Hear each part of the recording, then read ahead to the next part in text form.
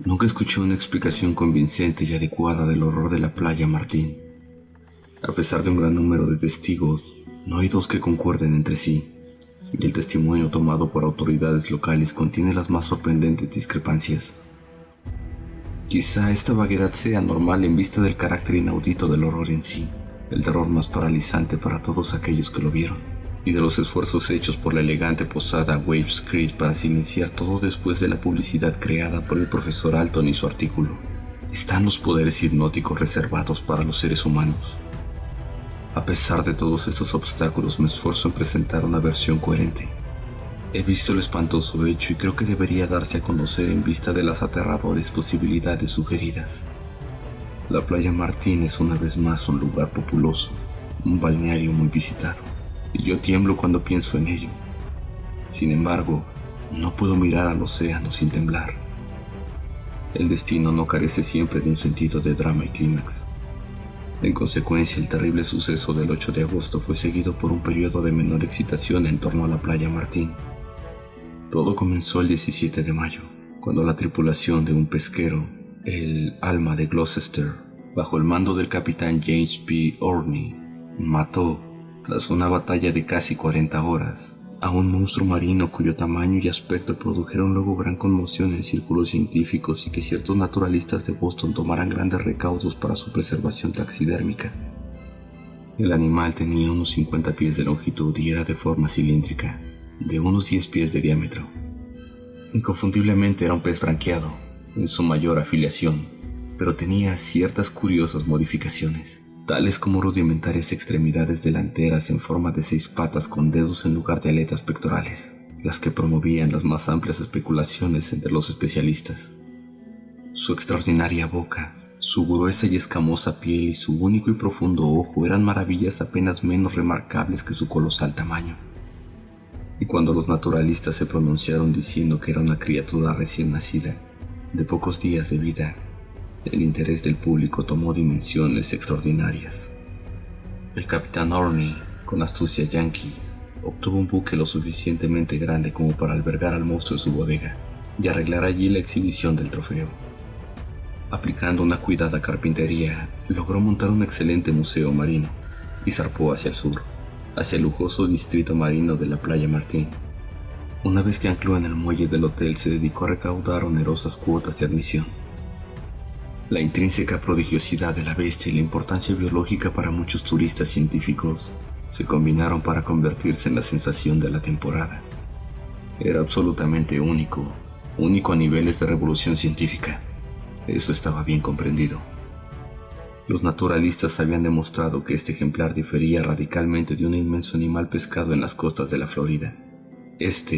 Siendo obviamente un habitante de profundidades increíbles, quizás de miles de pies, poseía un cerebro y unos órganos que indicaban una vasta evolución, algo totalmente fuera de lo hasta ahora relacionado con la tribu piscícola. La mañana del 20 de julio la atención del público se centró en la pérdida del buque y su extraño tesoro. En la tormenta de la noche precedente se había liberado de sus amarras y desvanecido para siempre de la vista del ser humano, llevándose consigo al único guardia que había dormido a bordo, a pesar del vendaval.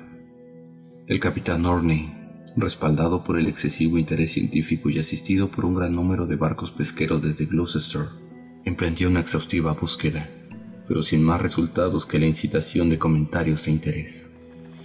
El 7 de agosto se perdió toda esperanza y el capitán Orney regresó a Waves Creek para resolver sus negocios en la playa Martín y conversar con algunos de los científicos que aún permanecían allí. El horror se desató el 8 de agosto. Fue en la penumbra, cuando las grises gaviotas sobrevolaban cerca de la costa y la luna comenzaba a resplandecer sobre las aguas. La escena es importante de recordar, puesto que cada impresión cuenta. En la playa habían varias personas paseando y algunos bañistas rezagados, provenientes de las casas de campo que se elevaban modestamente en las colinas del norte o de la adyacente posada, cuyas imponentes torres proclamaban su fidelidad a la riqueza y la grandeza. A buena distancia había otro grupo de espectadores, que descansaban en las terrazas cubiertas e iluminadas de la posada y que disfrutaban de la música del suntuoso salón. Estos testigos, incluidos el capitán Orney y su grupo de científicos, se unieron al grupo de la playa antes de que el horror progresara demasiado. Lo mismo hicieron muchos de la posada. Ciertamente no hubo carencia de testigos, sino que confundieron en sus relatos, por miedo y la duda, aquello que vieron. No hay registro exacto de la hora en que comenzó todo, aunque la mayoría dijo que la luna estaba a un pie por encima del pavoroso horizonte. Mencionaron la luna porque lo que vieron pareció sutilmente conectado con esta. Era una especie de furtiva y deliberada onda que parecía venir desde la lejana línea del horizonte a través de una trémula senda, difusa por los reflejos de la luna, y que parecía atenuarse antes de llegar a la costa. Muchos no se dieron cuenta de esta onda hasta que la recordaron por los siguientes eventos, pero pareció haber sido muy marcada, diferenciada en altura y movimiento de las olas contiguas. Algunos la vieron como sutil y calculada, y como si se extinguiera taimadamente por los remotos arrecifes negros. De pronto un grito de muerte centelló desde el agua salada, un grito de angustia y desesperanza que inmediatamente movió la piedad de todos aquellos que lo escucharon. Los primeros en responder fueron los dos salvavidas de turno, robustos hombres en atavío de baño, con su oficio proclamado en letras rojas a través de sus pechos. Acostumbrados al trabajo de rescate y a los gritos de los que corren peligro de ahogarse, no pudieron hallar nada familiar en las ululaciones de ultratumba, pero sus sentidos del deber les hicieron ignorar este detalle y procedieron a seguir el curso usual del trabajo. Apresuradamente tomaron un cojinete inflado con aire, aferrado a una bobina de soga. Uno de ellos corrió a través de la costa hacia la escena donde ya se había apiñado la multitud. Desde allí lanzó el objeto, luego de girarlo varias veces para ganar velocidad, en dirección hacia donde había venido el sonido. Luego que el cojinete desapareciera entre las olas, el gentío curioso aguardó para ver aquel cuyo dolor había sido tan grande, impacientes de que el salvavidas lo condujera de nuevo a la playa. Pero pronto quedó claro que el rescate no sería rápido.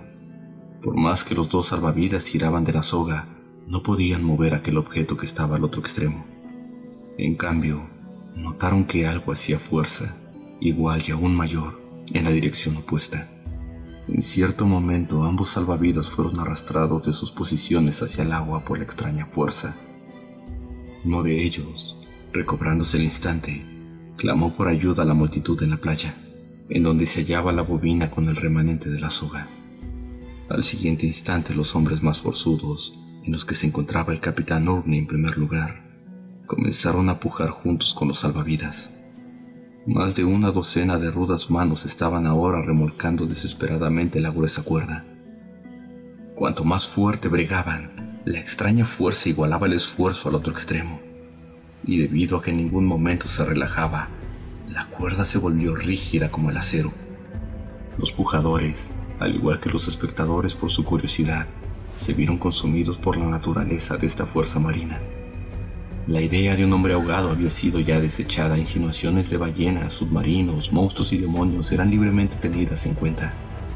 Todos seguían tirando con la sombría determinación de descubrir el misterio. Finalmente se decidió que una ballena se había engullido el cojinete. El capitán Orne, ya como líder natural, gritó a quienes estaban en tierra firme que sería necesario un bote como medio para acercarse, arponear y cazar al leviatán oculto. Varios hombres se dispersaron en busca de una embarcación adecuada, en tanto que otros fueron a suplantar al capitán en la tensa cuerda, ya que su lugar era lógicamente el frente de la partida que se formaría para tripular el bote. Su idea de la situación era muy clara y no se limitaba a una ballena, ya que se había entreverado con un monstruo mucho más extraño.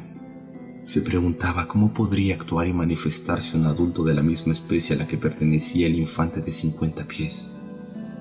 Entonces, con espantosa brusquedad, todos comprendieron el hecho crucial que mutó el marco de maravilla y sorpresa reinante hasta el momento en uno de horror, y el grupo de trabajadores y testigos se vieron presa del pánico. El capitán Orne, dejando su lugar en la soga, se dio cuenta de que no podía quitar las manos de su lugar, que estaban adheridas con inenarrable fuerza, y en un segundo comprendió que era incapaz de retirarse de la cuerda. Su apuro fue adivinado instantáneamente por los demás, y cada uno probó su propia situación, llegando a la conclusión de que todos estaban en una misma condición. El hecho no podía ser negado. Cada uno de los hombres estaba irresistiblemente retenido a la línea de cáñamo que lenta, horrible e implacablemente los empujaba hacia el mar. Un horror mudo se sucedió, un horror durante el cual los espectadores quedaron petrificados, sumidos en la inmovilidad y el caos mental. Su completa desmoralización se reflejó en las conflictivas narraciones que proporcionaron luego y las pusilánimes excusas que ofrecieron por sus aparentes inacciones. Yo fui uno de ellos. Lo sé. Todos los que pujaban, luego de una serie de frenéticos gritos y fútiles quejidos, sucumbieron a la paralizante influencia y guardaron silencio frente a tan desconocidos poderes. Estaban bajo la luz de la luna, pujando ciegamente contra una espectral condenación, e inclinándose monótonamente hacia atrás y hacia adelante, a medida que el agua trepaba primero a sus rodillas, luego a sus caderas. La luna se ocultó parcialmente tras una nube, y en la penumbra la línea de hombres semejaba algún siniestro y gigantesco ciempiés, retorciéndose en garras de una muerte terrible. La cuerda se volvía cada vez más dura, a medida que la puja entre ambos extremos se incrementaba. Las olas iban ocupando cada vez más terreno a la playa, avanzando lentamente, hasta que las arenas, pobladas tardíamente por niños risueños y amantes susurrantes, eran engullidas por la inexorable marea. La manada de espectadores, atacados por el pánico, iba retrocediendo a medida que el agua le empapaba los pies, mientras la aterrorizada línea de contendientes seguía ondulando, con medio cuerpo sumergido y ahora a considerable distancia de su audiencia. El silencio era completo. La multitud, habiendo logrado una desordenada retirada más allá del alcance de la marea, observaba con muda fascinación, sin poder brindar una palabra de advertencia o de ánimo, mucho menos intentar alguna clase de auxilio. Había en el aire un pavor pesadillesco de mal inminente, algo que nunca antes se había visto. Los minutos parecían alargarse en horas. Aún la serpiente humana de torsos ondulantes se podía ver por encima del mar. Ondulaba rítmicamente, lenta y horriblemente con la garantía de la muerte. Espesas nubes ocultaron nuevamente la luna y la luz que iluminaba el agua desapareció. La línea de cabeza serpenteante ya ondulaba muy débilmente. De vez en cuando se veía algún rostro lívido fulgurando pálido en la oscuridad. Las nubes se acumularon hasta que de sus interiores surgieron afiladas lenguas de fuego. Los truenos surgieron, suaves al principio, luego incrementándose hasta llegar a una ensordecedora y demente intensidad. Entonces sobrevino uno culminante, que pareció reverberar tierra y mar, tras el cual se desató un aguacero de tal violencia que pareció que se hubieran abierto de par en par las compuertas del cielo. Los testigos actuaron instintivamente, a pesar de la ausencia de conciencia y pensamiento coherente, y se retiraron hacia la loma sobre la que se elevaba la terraza de la posada. Los rumores habían llegado a los turistas del interior, así que los refugiados se encontraron con que las demás personas estaban tan aterrorizadas como ellos mismos. Creo que se vociferaron algunas palabras de terror, pero no puedo asegurarlo. Varios de los que estaban en la posada se habían retirado paranoicos a sus cuartos. Otros se quedaron para observar la línea de cabezas meneantes que aún se veían por encima de las ascendientes olas cada vez que un relámpago iluminaba la playa. Recuerdo haber pensado en esas cabezas y los desorbitantes ojos que contendrían. Ojos que podían reflejar bien todo el pánico, el terror y el delirio de un universo maligno. Todas las culpas, pecados, miserias, esperanzas perdidas y deseos de no satisfechos, miedo, repugnancia y angustia de las edades, desde el principio de los tiempos.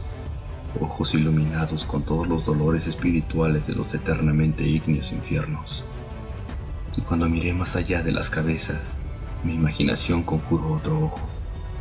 Un ojo individual, igualmente encendido, aunque con un propósito tan perturbador para mi mente, que la visión pronto se desvaneció.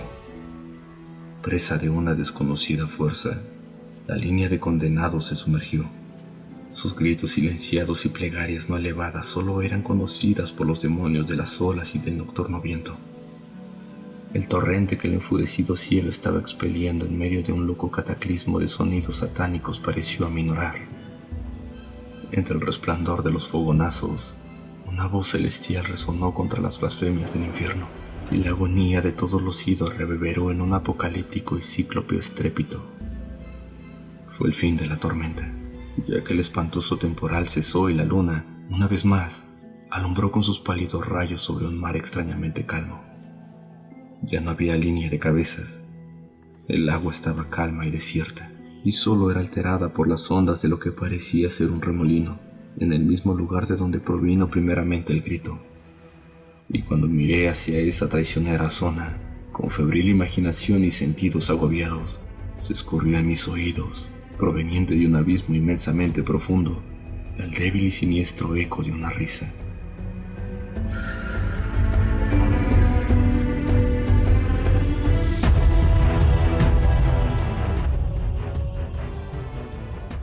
Si el video te ha gustado, me ayudarías mucho compartiéndolo. Si no ha sido así, será para la próxima vez. Gracias por darme la oportunidad.